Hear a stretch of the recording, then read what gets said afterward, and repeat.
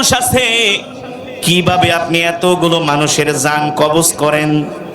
হাদিস শরীফে এসেছে, মালাকুল মউত বলে, গো আল্লাহর নবী, আল্লাহ তাআলার আরশের মধ্যে একটা আল্লাহ তাআলার কুদরতি গাছ আছে। ওই গাছের মধ্যে কোটি কোটি পাতা আছে, প্রত্যেকটা পাতার মধ্যে এক একটা মানুষের নাম লেখা আছে, তার ভাগ্যলিপি লেখা আছে। সে কতদিন বাঁচবে, কতটুকুন রিজিক খাবে, কোন সময় মারা যাবে, সব কিছু আল্লাহ তাআলা ওই পাতার মধ্যে লিখে দিয়েছেন। যখন একজন মানুষের মৃত্যুর মাত্র 40 দিন বাকি থাকে, কয়দিন? 40 দিন বাকি থাকে, আস্তে আস্তে করে তার নামের পাতাটা হলুদ বর্ণ হয়ে যায়।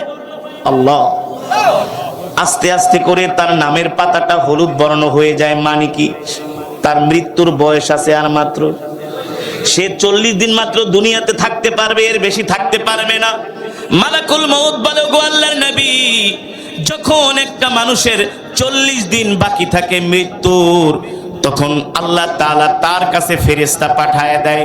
ফেরেশতা যায়া বলে, এ বনি আদম, আর মাত্র তোর বাকি আছে 40 দিন। 40 দিন পর তোর মৃত্যু হয়ে যাবে।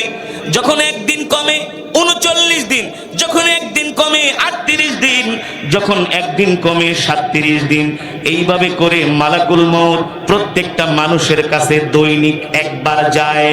একটু ভালো করে খেয়াল করেন আল্লাহর বান্দারা, যখন একটা মানুষের মৃত্যুর 40 দিন বাকি থাকে, দেখবেন ওই মানুষটা আস্তে আস্তে করে তার ভিতরে একটা পরিবর্তন চলে আসে।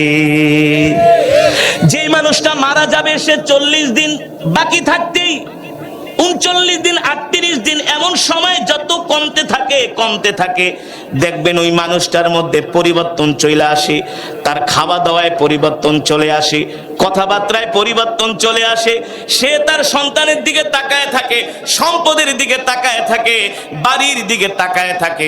এত কষ্ট কইরা বাড়ি করলাম, সুদ খায়া, ঘুষ খায়া, মানুষের সম্পদ মাইরা, মানুষকে কষ্ট দিয়া, সম্পদের দিকে তাকায় আর আফসোস করে, হায় রে, এই সম্পদ ছাইরা, বাড়ি গাড়ি সব কিছু ছেড়ে আমাকে চলে যেতে হবে।